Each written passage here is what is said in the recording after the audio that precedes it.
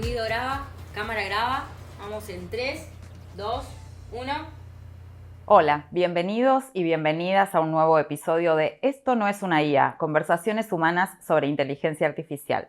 Hoy estoy con Emilia Cortina del equipo del PED y ¿quién es nuestro invitado, Emi? Bueno, hoy estamos con Diego Fernández Lesac, que es doctor en Ciencias de la Comunicación por la Universidad de Buenos Aires, director del Laboratorio de la Inteligencia Artificial Aplicada en la UBA, investigador y docente en la Facultad de Ciencias Exactas de la UBA. Y bueno, está especializado en el mundo de la inteligencia artificial aplicado a la salud, a la neurociencia.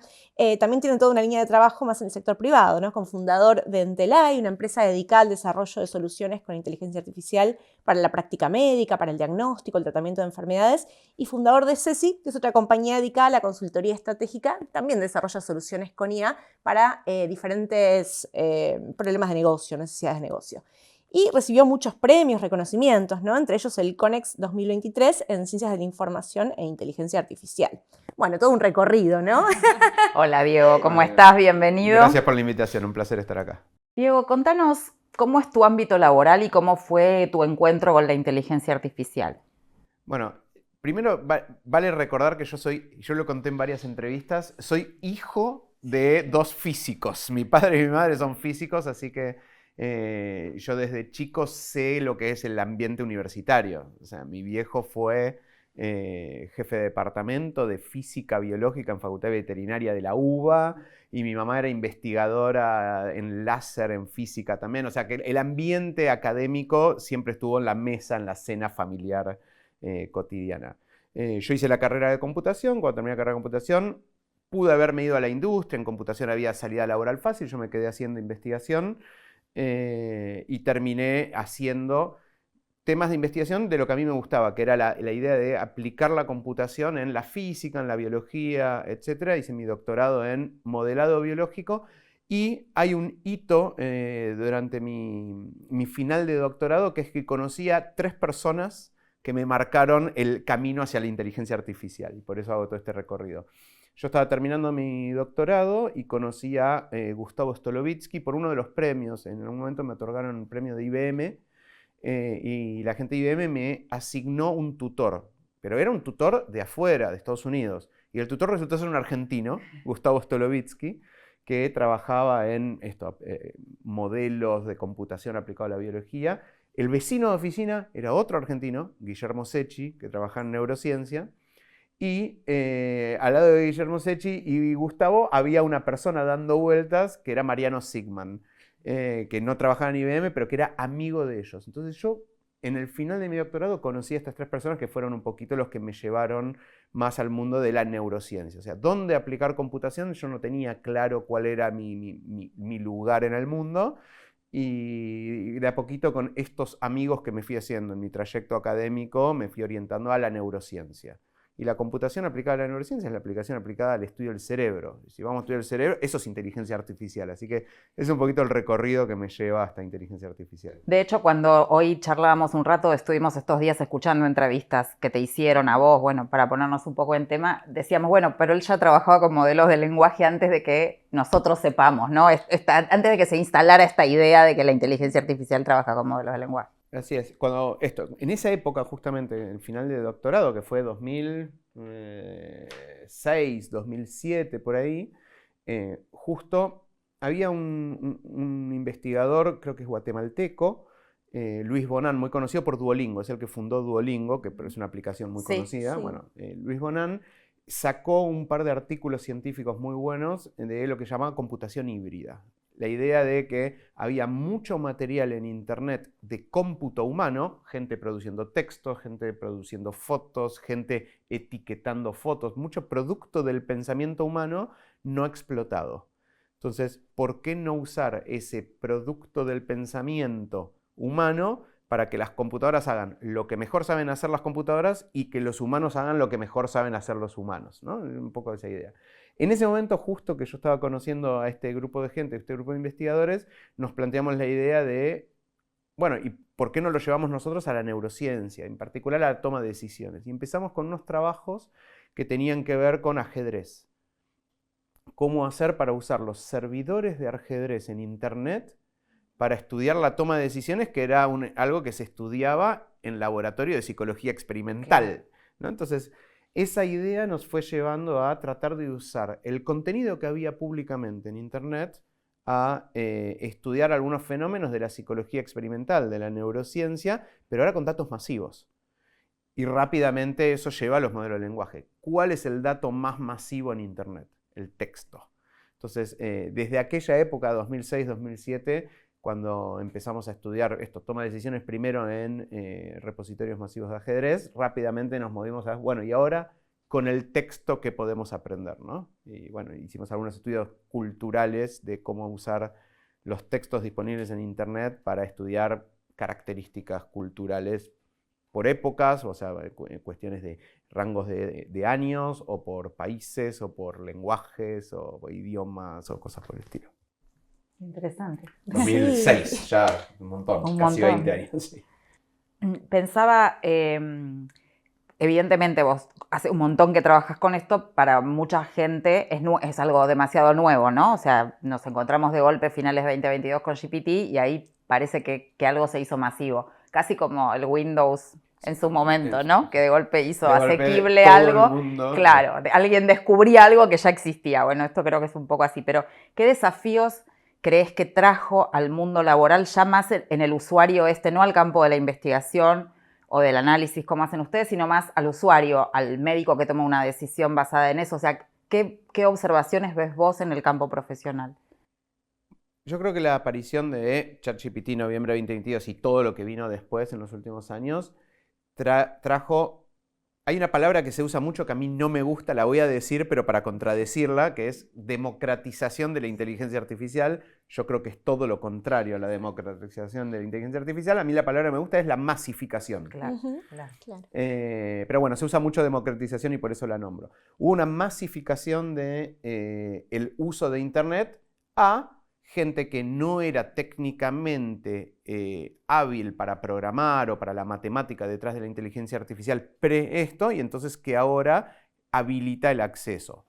Bien por eso, pero con la contraindicación obvia, ¿no? O sea, una persona no entrenada en una herramienta tan poderosa como la inteligencia artificial, el uso irrestricto trae todo tipo de problemas, y lo estamos viendo hoy. Entonces, el uso número uno de inteligencia artificial generativa, de estos chatbots y qué sé yo, es el acompañante terapéutico, la consulta terapéutica, y usar la palabra terapéutica es un error, porque de terapeuta no tiene nada. Entonces, yo creo que ese es el principal desafío.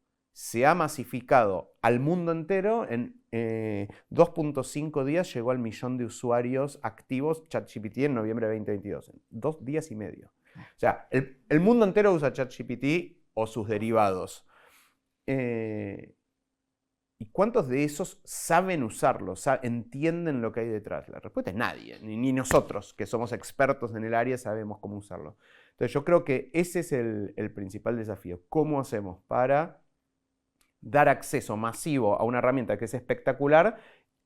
¿Y cómo hacemos para entrenar a la gente para que la use bien? Para que el uso sea criterioso, ¿no? No hace falta saber matemática y programar, pero sí tratar de entender qué es lo que hace bien, qué es lo que no hace bien, qué respuestas te puede dar, entender que comete errores, pero no errores porque funcione mal, sino por la forma en que produce contenido. Tiende a decir cosas que no son ciertas, no son errores, sino claro, que es exactamente la función para la cual fue creado, ¿no? Eso lo tratamos de explicar cuando yo me dedico al campo de la pedagogía, ¿no? Pero que no es una luz, no es que tiene ganas de engañarte, Claro, digamos, no, o de no. mentir, es que hay una programación para que dé una respuesta. Claro, Bueno, siempre responde, claro, no te dicen no sé, claro. O sea, no encontré nada en la base de datos, no hay Claro, base de datos, claro. O sea, lo que te devuelve es la próxima palabra más probable, fin. Claro. O sea, ¿qué te va a devolver? La próxima palabra más probable, Claro. siempre te va a devolver una palabra. Claro. O sea, para eso fue programado. Y en el campo específico de las neurociencias y del diagnóstico, sobre todo que es un ámbito donde vos estás trabajando, ¿qué cambios trajo en el contexto de los profesionales, ¿no? ¿Qué implica eso? Bueno, acá yo voy a hacer un paréntesis de lo que es inteligencia artificial generativa, Sí. es decir, ChatGPT y compañía, versus lo que se venía dando antes. En los últimos, desde el 2010 en adelante, o sea, en los últimos 15 años, hay un avance muy fuerte de las redes neuronales que tienen que ver con, básicamente, cualquier dato que se pueda medir numéricamente, cuantitativamente. Una vez que acumulás cierta cantidad de datos, las redes neuronales resuelven ese problema. O sea, si lográs medirlo, entonces tarde o temprano vas a tener una red neuronal que resuelva ese problema que lograste medir. ¿Qué significa que lo resuelva? Bueno, que en alguna medida de rendimiento dé bien. La medida de rendimiento la pone el humano que programa esa herramienta. Entonces, si vamos al diagnóstico, la medida de rendimiento puede ser, por ejemplo, si te muestro una imagen médica y tengo que demarcar un borde de, no sé, un tumor que quiero mirar en una resonancia, en una tomografía, lo que fuera. O si estoy mirando diagnóstico médico, cuál es la tasa de acierto de hallazgos en una mamografía para hallazgos anormales. O sea, la medida de rendimiento la pone el médico, la pone el sistema, ¿no? El sistema de salud. La herramienta de inteligencia artificial, sí hay una medida cuantitativa y una medida de rendimiento para analizar esa medida cuantitativa, tarde o temprano lo resuelve mejor. Entonces, eso es lo que se dio en los últimos 15 años. En donde busques hay una solución de inteligencia artificial que maximiza alguna medida de rendimiento que puso o el sistema de salud o el médico o de lo que esté, en el sistema educativo también o lo que sea. Entonces, eso es la era pre-ChatGPT. Ahora lo que pasó es que la era post-ChatGPT, cualquiera puede meterle cualquier dato a estas inteligencias artificiales y plantear esas medidas de rendimiento a estos modelos sin la necesidad de saber programar, saber matemáticas, Claro. saber estadística. Con todos los problemas que acarrea eso. O sea, hacer esto no es fácil. Entonces, hacerlo sin entrenamiento lleva a conclusiones y resultados equivocados, por supuesto. ¿Cuál es la respuesta, digamos, del sistema de salud, de los médicos por ahí más, ante esto, digamos? ¿Lo viven como una amenaza? ¿Lo viven como un facilitador? ¿Qué cosas se ponen en juego ahí? Sí, vos nombraste en la apertura, yo además de investigador con ISET en el laboratorio, tengo una empresa que hace inteligencia artificial en salud y arrancamos en el 2017 con Entelai y en el 2017 había que ir a dar esa batalla. Los médicos sentían la amenaza del reemplazo. Hoy en día eso ya está demostrado que no. O sea, ChatGPT es lo que usan todos, pero cualquier inteligencia artificial que resuelva alguna tarea del sistema de salud ha demostrado que le saca tareas a los médicos, pero que los médicos siguen teniendo igual de trabajo que antes. Mal pago, como faltan médicos, con todos los problemas que ya tenemos, pero la inteligencia artificial no cambió nada de todo eso, al contrario, ¿no? O sea, antes tenían muchas tareas, ahora tienen muchas tareas menos alguna que la inteligencia artificial resuelve. Así que esa discusión de si la inteligencia artificial viene a reemplazar el trabajo o no, yo creo que en estos 3-4 años de velocidad vertiginosa que se dio con la incorporación en prácticamente cualquier proceso cotidiano de ChatGPT y compañía, mostró que la inteligencia artificial reemplaza un montón de tareas, pero que el trabajo humano sigue siendo valioso y que no es que desaparecen los médicos, sino que desaparecen los médicos que no usan inteligencia artificial. Interesante eso. Pero que tareas para los médicos sigue habiendo a lo loco. ¿Y qué implica esta delegación creciente de este tipo de tareas en sistemas de inteligencia artificial en términos cognitivos, ¿no? Algunas investigaciones empiezan a hablar de la idea de deuda cognitivo, de sedentarismo cognitivo. ¿Qué sucede con esto, ¿no? ¿Qué mirada tenés y también qué desafíos te parece que implica o qué estrategias se podrían desarrollar? Sí. Yo creo que ahí hay dos conversaciones que se pueden dar que son paralelas. Una es en la formación, ¿no? Los niños sí, en escuela primaria, jardín o secundaria, y después nosotros los adultos que ya estamos formados, entre comillas, e incorporamos las tecnologías. En niños, para mí es una pregunta abierta, es cómo hacemos para enseñarles en una era en donde si no quieren aprender tienen herramientas que les resuelven los problemas. Entonces, ¿qué es lo que hay que enseñarles para que desarrollen esas habilidades básicas que después van a usar para lo que tengan que hacer, teniendo o no ChatGPT? El ejemplo más clásico es la famosa calculadora, ¿no? Cuando yo era chico había que aprenderse las tablas de memoria y los colegios les costaba aceptar la calculadora. Yo me acuerdo, mi papá peleándose con la escuela diciendo me parece ridículo que no nos dejen llevar calculadora. Las tablas hay que aprender de memoria, igual. Pero no dejar usar calculadora era absurdo. Y esto es una conversación de hace 35 años, 40 años, cuando yo iba a la escuela primaria. Es lo mismo hoy, ¿no? O sea, hoy tenemos ChatGPT. ¿Hay que enseñar a escribir, a leer? ¿Hay que enseñar segundo idioma ahora que ChatGPT te permite traducir de cualquier idioma? La respuesta es sí. Pero entonces hay que prohibir el uso de ChatGPT en la escuela. La respuesta es no. La pregunta es cómo hacemos para las dos cosas. El bilingüismo está demostrado neurocientíficamente que desarrolla áreas del cerebro muy importantes y entonces hay que aprender el segundo idioma. ¿Eso es porque si no tenés ChatGPT no vas a poder traducir? No, ChatGPT lo tenés, vas a poder traducir. O sea, el aprendizaje del bilingüismo tiene que ver con desarrollo cognitivo, no con saber inglés o saber francés o saber otro idioma, sino con las herramientas y el desarrollo cognitivo que te produce aprenderlo, especialmente si sos muy joven, o sea, escuela primaria. Entonces, ahí yo creo, y no hay respuesta, ¿cómo hacemos para enseñar bilingüismo en la era de ChatGPT? Es un desafío, porque las motivaciones para no aprender bilingüismo son un montón. Entonces, yo creo que el desafío es ahí, en la motivación, en la argumentación de por qué hacerlo de una manera o de otra, ¿no? Y después en los adultos está en, bueno, nos vamos poniendo vagos. O sea, todos tenemos un montón de responsabilidades, de actividades, cansancio, hijos, familia, etc. Cualquier tarea que podamos ceder a un sistema que lo haga automáticamente, qué bueno sería, ¿no? Entonces, no tengo que pensar más en escribir este mail bien, se lo pongo a ChatGPT para que me escriba bien un mail en forma formal, ¿no? Entonces, no tengo que hacer ese esfuerzo cognitivo. Bueno, toda tarea que no repetimos, tarde o temprano nos vamos achanchando. El ejemplo más obvio no tiene que ver con ChatGPT, tiene que ver con el ejercicio físico. Hace 100 años a nadie se le ocurría salir a correr, porque la vida era en movimiento.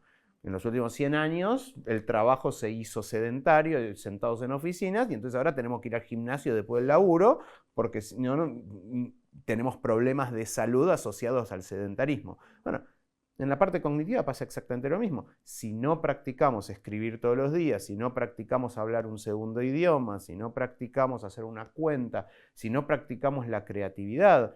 Yo cuento una anécdota de cómo uso yo ChatGPT que me da vergüenza, alegría, todo junto en contar lo que es. Cuando me voy a dormir le cuento a los chicos un cuento y agarro ChatGPT y le digo, bueno, díganme de qué quieren que les cuente un cuento. Y le digo a ChatGPT, y tengo 3 hijos de 3 edades distintas, y entonces una me dice un pony rosa volador, el otro me dice Messi, la 4ª Copa Mundial, y la tercera me dice Harry Potter y la magia. Bueno, y le digo a ChatGPT, hazme un cuento que combine todo eso. Bueno, es una habilidad cognitiva mía que estoy cediéndole a inteligencia artificial, que es la creatividad y la creación. Por otro lado, hago eso.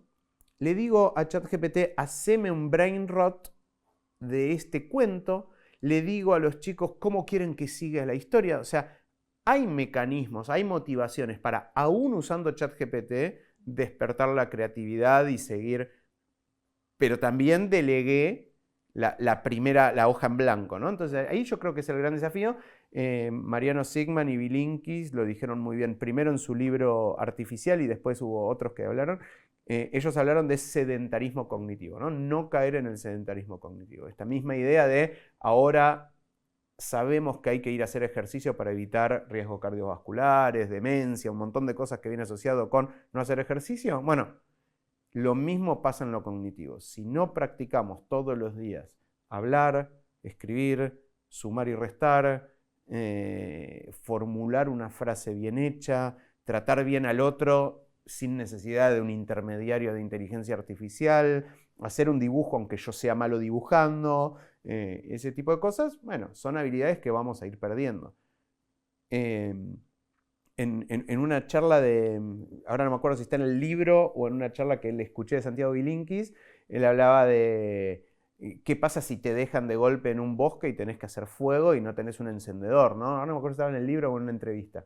Es eso, esa habilidad la perdimos, ya está, es una habilidad perdida. Ninguno de nosotros sabe cómo hacer fuego si nos dejan en un bosque. Orientarse en el espacio, si no orientar el tenés espacio. GPS. Pero hay que orientarse de última a la Cruz del Sur de niño jugaste, algo lo inventás, o sabés que el sol sale por el este, más o menos, algún invento haces. Ahora, si te digo, prendés fuego en el medio del bosque, en el sur de la Patagonia, ¿dónde está el encendedor? O sea, no sabés qué hacer.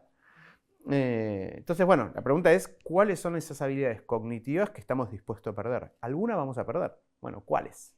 Y en términos profesionales, Diego, porque vos hablabas de los niños, que es una incógnita, y las niñas, que es una incógnita, pero en términos de pensar cómo formamos a los futuros profesionales, en un contexto donde parte de las tareas, como vos decías, que antes se hacían humanamente, hoy las podemos delegar en la máquina. Ahora, si eso implica también que hay un ejercicio cognitivo que dejamos de hacer, ¿cómo se pone en juego eso para pensar la formación profesional?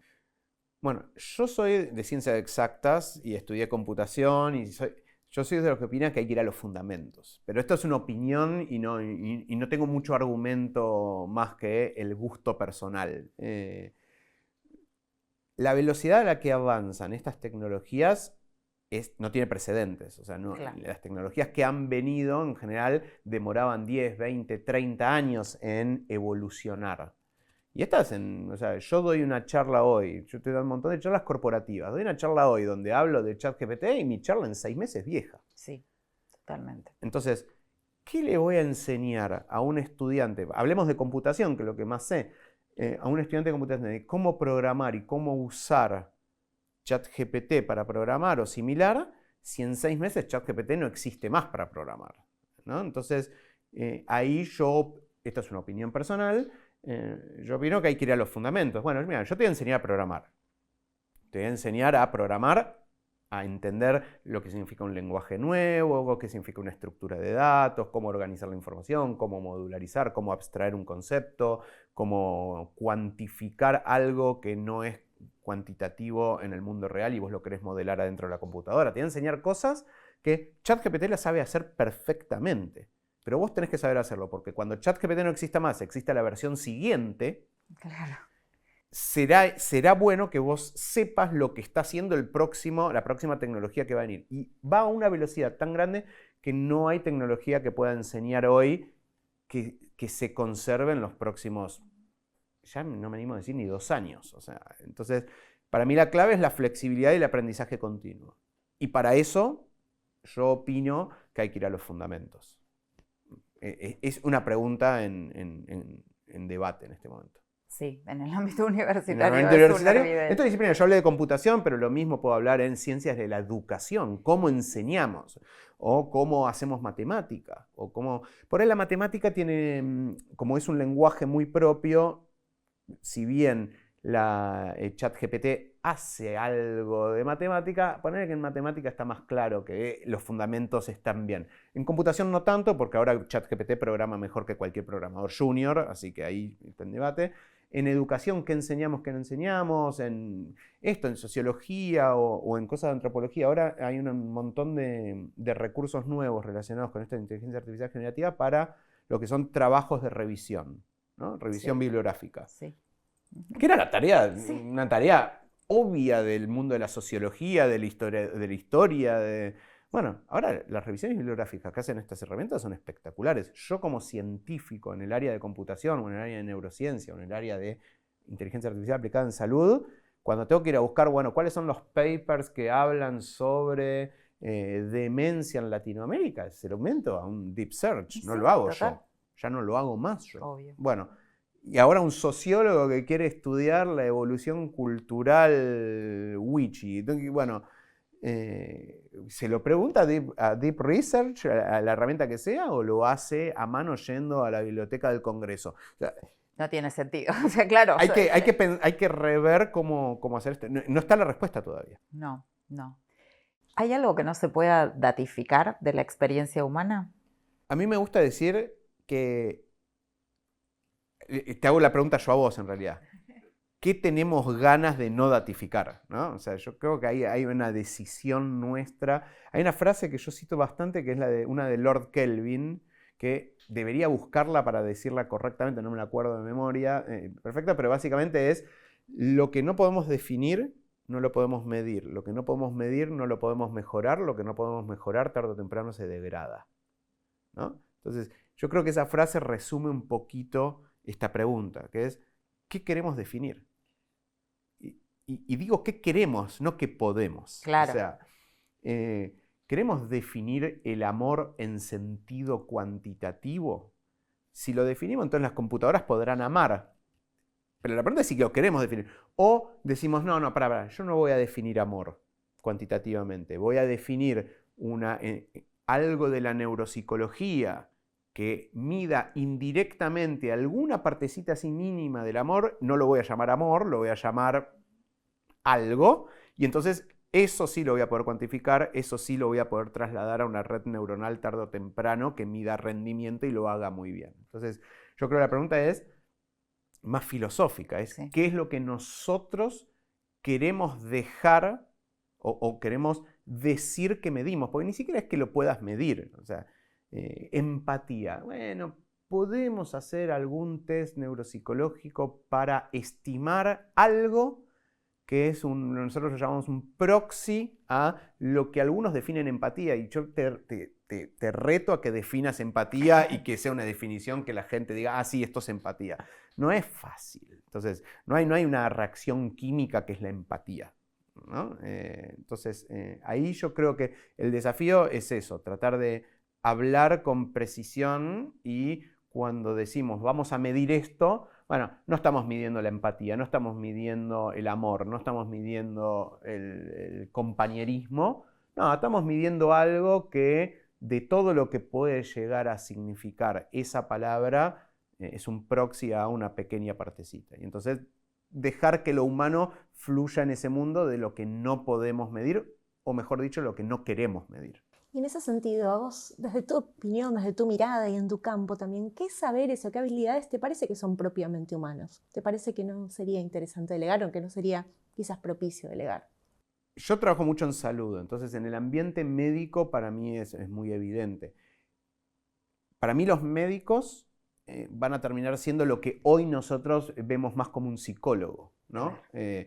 Diagnosticar, ¿no? El diagnóstico es la etiqueta final de un proceso larguísimo de los médicos preguntándote qué te anda pasando, mirándote, haciéndote análisis de sangre, pidiendo un informe radiológico, un montón de cosas que terminan en una etiqueta que dicen, ok, vos tenés lo que sea, no importa, no sé, bronquiolitis, cualquier cosa. Bueno, eso es la computadora. O sea, el diagnóstico lo va a hacer la computadora. No tiene ningún sentido que un médico... Ahora, acabo de decir que esa etiqueta es el resultado final de un proceso larguísimo. Ese proceso larguísimo es, vení, sentate, te sirvo un cafecito, cómo te andas sintiendo, contame lo que te pasa, empezar a tener una mirada holística del paciente. Entonces yo creo que ahí es aquello que yo considero que es irreemplazable, que es el contacto humano para la extracción de información ahora sí cuantitativa y medible,